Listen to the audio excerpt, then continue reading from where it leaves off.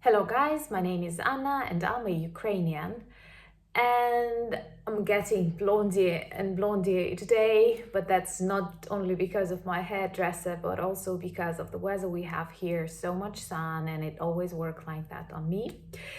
But coming back to serious topic, you know that I have decided to vlog daily from my country, Ukraine, since the start of this awful war with Russia. And in my daily videos, I try to update you on the important real-life situations in Ukraine, and I'm always glad to answer your questions, clarify some facts from our history, our culture, or whatever interests you. And today is the day when I will actually answer the question that I pretty often get. And that question is the question that I also ask myself often.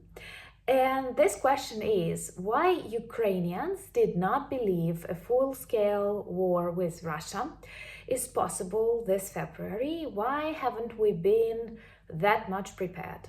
So these are two different questions actually, because first of all, to believe in the war and to be fully prepared in the war, these are two different things, and you will understand why somewhere in the middle of our conversation. So, question number one, why didn't we believe that? And especially taking into account our history with Russia, when we were occupied by Russian empires and we were occupied by Soviet Union, then we lost Crimea and Donbass temporarily because of Russia's aggression back in 2014. So for the majority of us clever Ukrainians, war actually started back in 2014. Then why haven't we been prepared? Well, first of all, why didn't we believe? First of all, like many people did. And I do have I can tell you 15-20% of my friends and relatives actually believe this war will start sometime soon. And there were different dates, the 16th of February, the 22nd of February, the 24th of February, maybe March, maybe summer, but still people believed. And Kyiv was full of people buying backpacks, various big bags to, prepare the documents and the things that you need, medications in case of the attack. But of course, the majority of people did not believe that the full-scale war with attacks on every city of Ukraine were possible, just because it is illogical. It is really illogical. When you think about it right now, when you think about the situation Russia is in, not only Ukraine, because we did not choose this war, we have to protect our land. But Russians, together with their dictator Putin, they have chosen this situation. And perhaps it was totally illogical to choose it, because full-scale war in the center of Europe in the 21st century, with all the modern technologies available, with the breaking of all international rules and demonstration of disrespect to all the world leaders, perhaps this is a very illogical step. And I do know we have many problems now. We have lost thousands of people because of Putin's aggression in Ukraine, but Putin also lost a lot.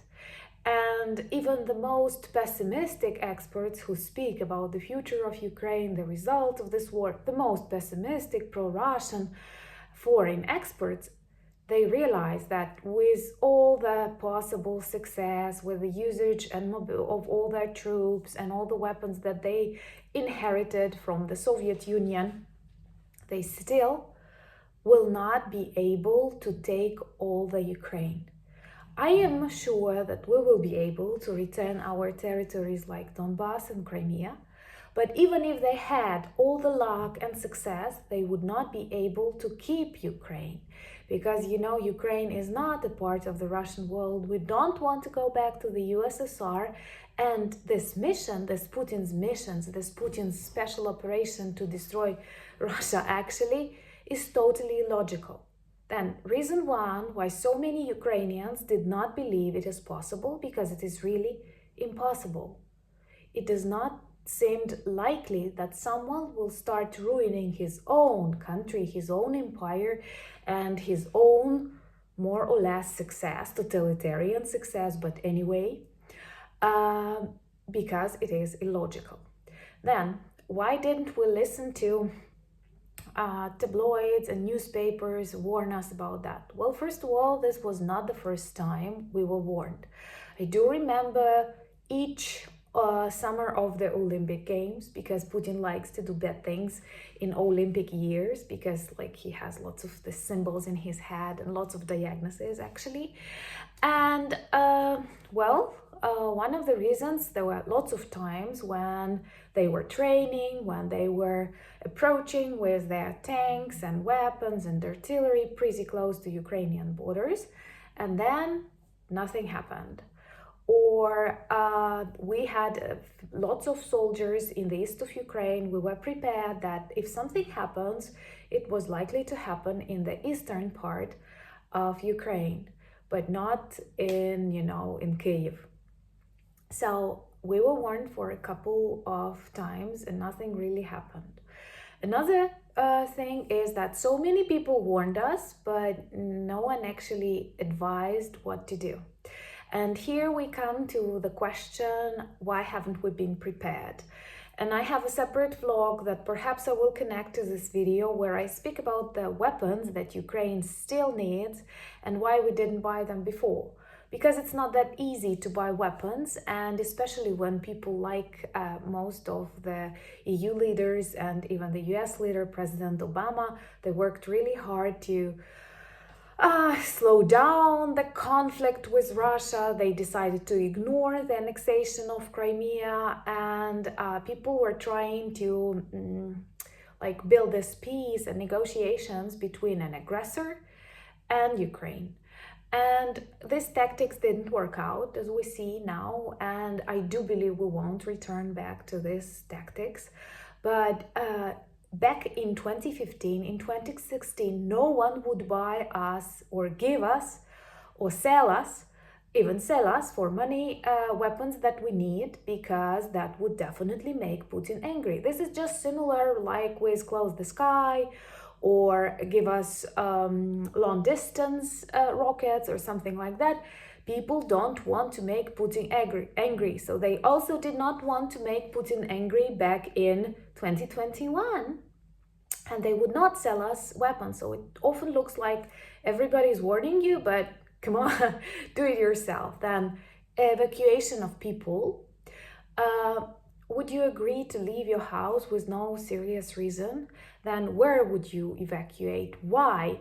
And will the European countries accept you when there is no real war in your country? It's just written in the tabloids. So it all seems like very logical, but maybe only for those people who are millionaires, and they did so because they moved, many of them moved. It seems to me that Ukraine has lost 40 or 50% of millionaires during this war because they all moved out of Ukraine, but I don't think it's a great loss. If our oligarchs could leave the country, that would be just another perfect achievement, another perfect victory within this war. And it all sounds very easy, but once again, none of us had this experience of full-scale war. It all happened, the last full-scale war in Europe, similar to the one we have right now, started back in 1939. And it's not the experience that is shared from generation to generation. It is, but it looks more like a story, like a film, like a book, not something real.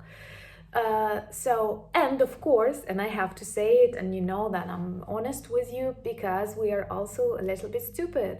All of us make stupid decisions in life, and I think if you try to remember the steps that you've made, of course there were mistakes that we made, and our government made, and we made on this people's level. But in general, the main reason number one, this war is totally stupid, it is totally illogical, and Putin is crazy to start it.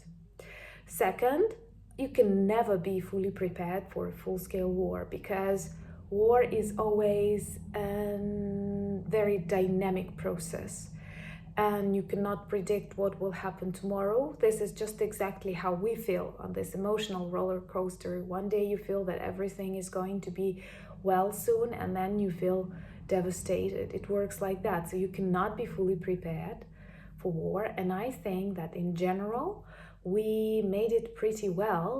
We reacted quickly, and as a result, Blitzkrieg failed.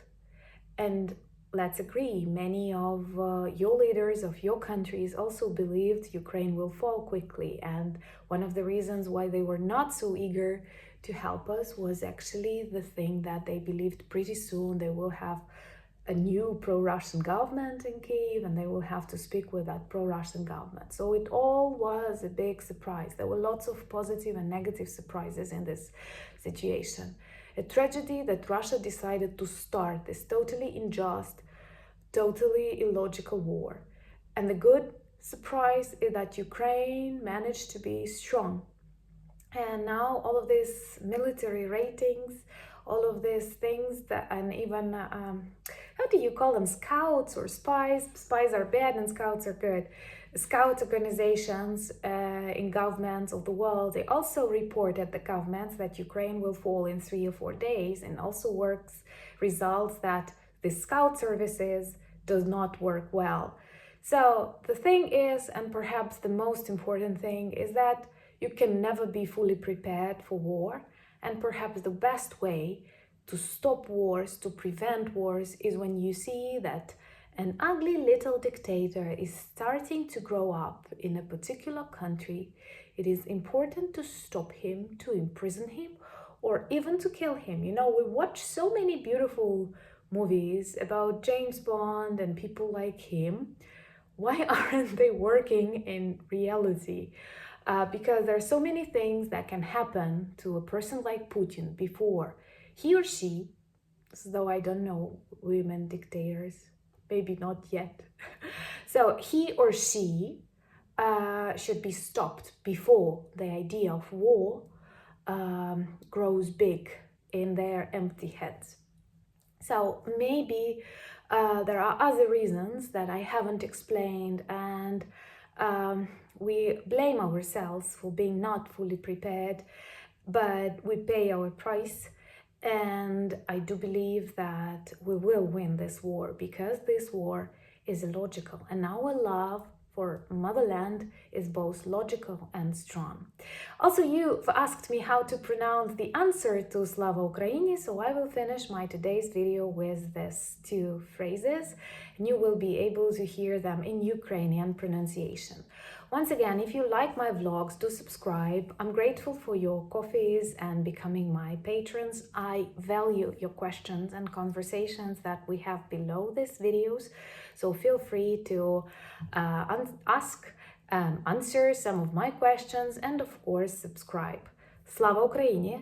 Героям слава!